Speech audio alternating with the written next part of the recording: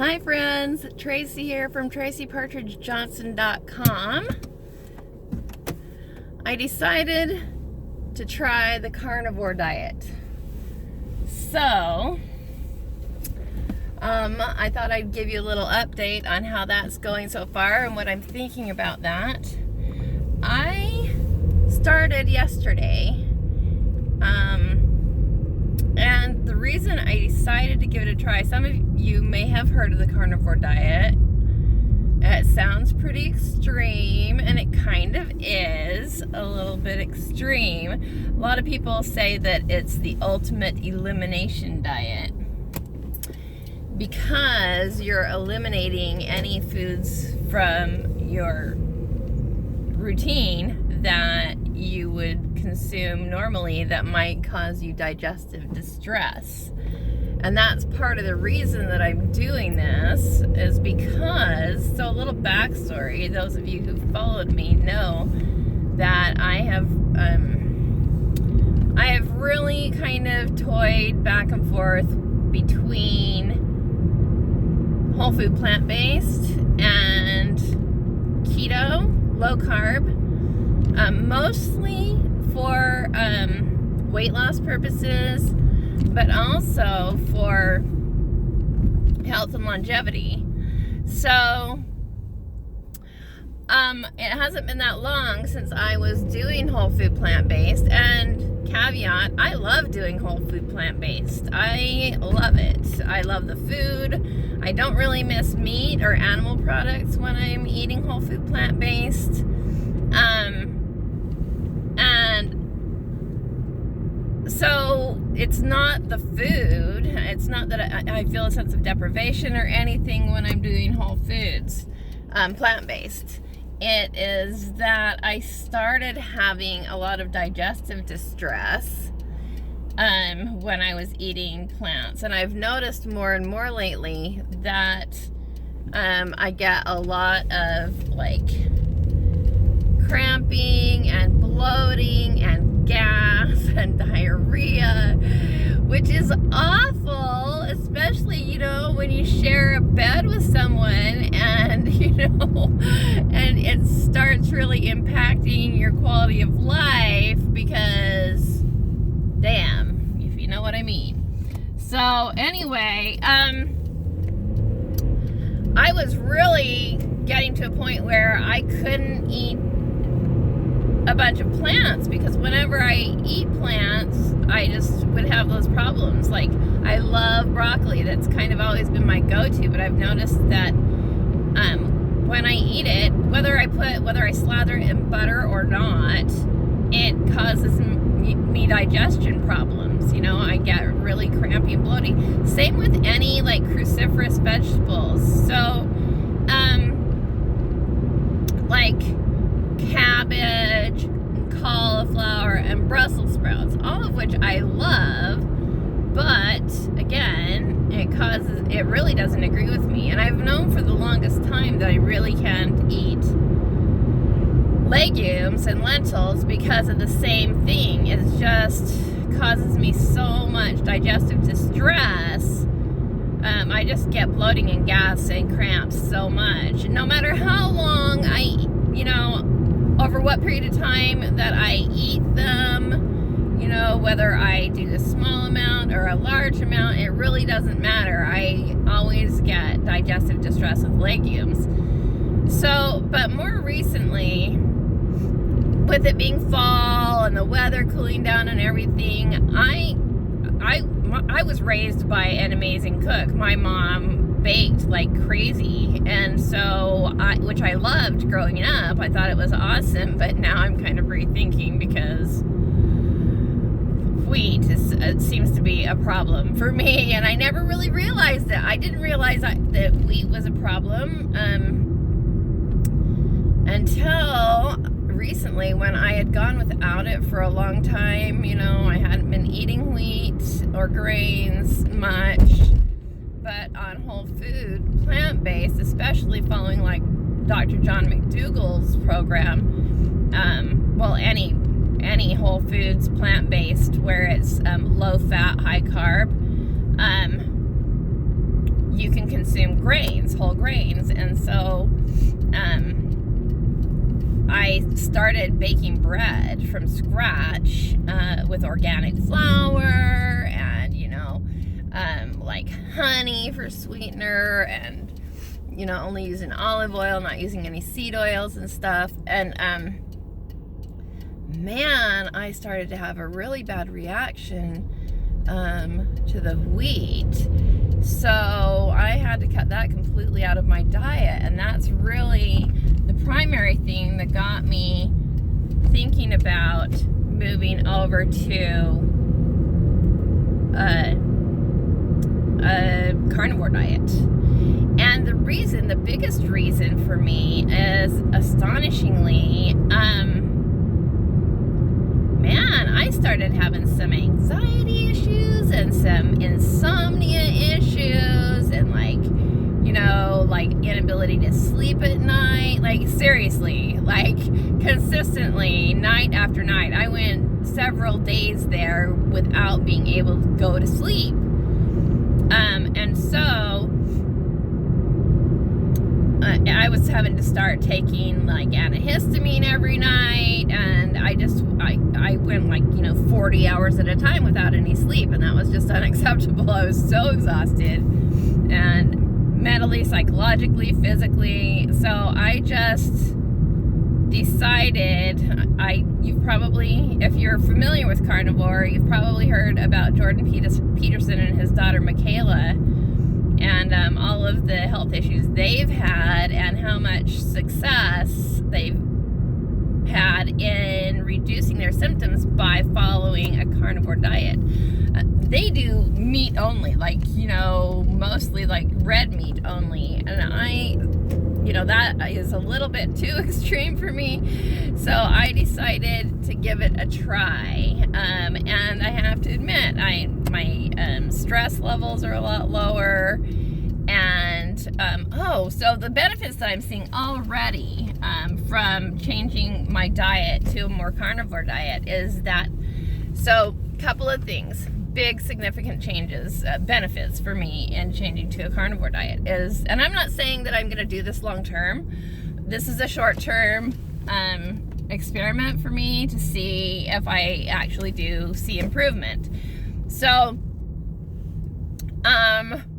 anyway, the things that I have found to be an improvement are, oops, darn it. Sorry, I am looking for a parking place. The things that have improved for me have been significantly, probably the most significant two things already that I've noticed just in really cutting out plants mostly, are no more bleeding gums. I was having bleeding, not like severe bleeding gums, but when I would floss my teeth, my gums would bleed. And then the other thing is that I have had this rash on my feet that has been really troublesome and worrying for me. And it's gone. It's just gone ever since, just in the last few days since I've been eliminating plants from my diet and focusing mostly on animal products. So here's the thing. I have always been lactose intolerant. Like, it's not severe, but I get clogged up and I have like a perpetual sniff. Like, I'm always sniffing because my sinuses are always dripping and clogged and everything. So it's just like, this has been something that I've noticed over the last several months, is that I sniff all the time like that, see? So anyway, and that still is present. That hasn't gone away yet. But here's the thing. I decided to go ahead and eat cheese. So I'm not having dairy. I was having some dairy, like heavy cream. I was putting heavy cream in my coffee, which coffee is the one thing that's plant-based that I'm still allowing myself, that everybody who I've listened to that's carnivore has coffee. So So I was putting heavy cream in my coffee, but that was the only thing, except for the other day I had gone without any dairy for quite a while, and a couple of days ago, probably 3 days ago now, I put I had 3 slices of cheddar cheese. And when I say slices, I mean I bought the pre-packaged pre-sliced cheddar cheese, and it's good quality cheddar cheese. It's Tillamook. And I put that on hamburger patties for my evening meal, and immediately I could tell that it was not agreeing with me. Like, I started feeling crampy and cloggy and just really feeling crappy. So that was a great experiment because I found out, nope, I'm not gonna do dairy. Dairy does not agree with me. The one thing that is dairy-ish that I have consistently is butter, grass-fed butter, and sometimes not grass-fed, but just butter, regular butter. But that seems to be fine, and so I have butter coffee. I'll blend butter into my coffee in a high-speed blender, and I also still allow myself some MCT oil or some coconut oil. But already I've noticed that my gums are better. I'm not having bleeding gums. And that rash on my feet, I wish I'd taken pictures because it was getting pretty bad. So much so, I like to have pedicures. I didn't want to go to have a pedicure because it was on my toes, on the side of my foot, especially on my right foot. And it was making like my skin peel and stuff because it was so rashy and bumpy. It was pretty bad. It didn't really hurt or bother me as far as like the way it felt. It didn't really bother me, which is kind of astonishing because it was kind of red and thickish, rashy, and it wasn't all over the whole foot. It was just splotchy, but it's gone now. So I was just like, wow, that is so cool that is gone already, and my gums are not bleeding anymore. So those are 2 things. And also another thing, and this is a big thing, I had a little bit of breakout right here on my chin, on my cheek, which I rarely get, but it was staying constant. But my spots, my age spots, are starting to fade. I'm not kidding. It's not like placebo effect or anything. It's seriously starting to fade. So anyway, those are my improvements that I'm seeing already. Eliminating plants from my diet. So I'm Scandinavian. I'm Swedish on my mom's side, and her mom was born in Stockholm, and the first one to emigrate to this country. And and on my dad's side, he's all British and everything. So I'm definitely Northern European through and through. And the thing I figured out about plants is that my DNA was not formed on tropical plants. There are no bananas or mangoes or grapefruit or oranges or limes or lemons or, any number of those kind of foods in the environment where my ancestors come from and where my DNA was formed. So I don't know about that whole blood type diet thing, but it does make a lot of sense to me that my body would thrive or do best on the foods that my DNA was formed on. So anyway, that seems to be holding true. And I think that, they're based on your DNA and your ancestry and stuff, your heritage. There are probably people that do better on, foods that, tropical foods, if their ancestors come from that part of the world. And, those who do better on protein and less plants. And so anyway, it seems to be proving true in my life so far already anyway. I'm definitely doing better as far as, symptoms that I was having are concerned. So I'm still like having a challenge with sleeping, but I am sleeping anyway. The anxiety and stress is kind of diminished a little bit. It's not as bad as it was like last week or so. So that's all good. And, you know, any concerns that people might have over like heart health and diabetes and everything else, low carb is like really good, proven. Like there's so much data documenting that reducing insulin helps with diabetes for sure. Heart disease, I don't know for sure, but the one thing that does reassure me is I'm seeing the positive benefits on the outside, you know, well, in my gums, that's on the inside, and on my feet and stuff, and my skin. So if my exterior of my body is showing visible signs of benefit, then I have to believe that my internal organs are also benefiting.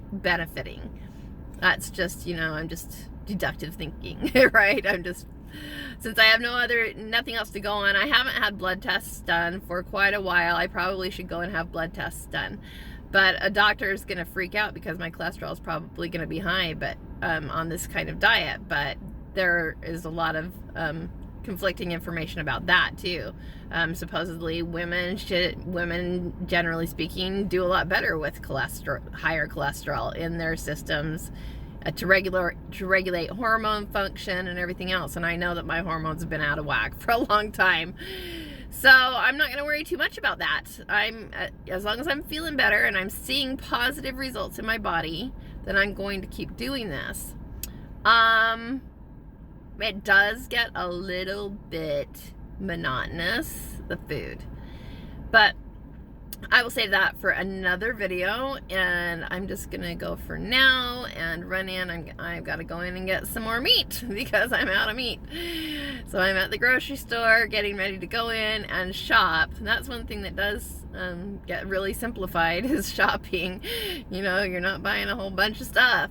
You're just buying animal products. So I'll try and share more with pictures of what I'm eating. I did take a picture of my main meal yesterday, and I'll try to include that in a video at some point in time. But anyhow, that's all for now. I just wanted to let you know that I'm starting this carnivore challenge, and I'm not exactly sure how long I'm going to do it. It really depends on how I feel.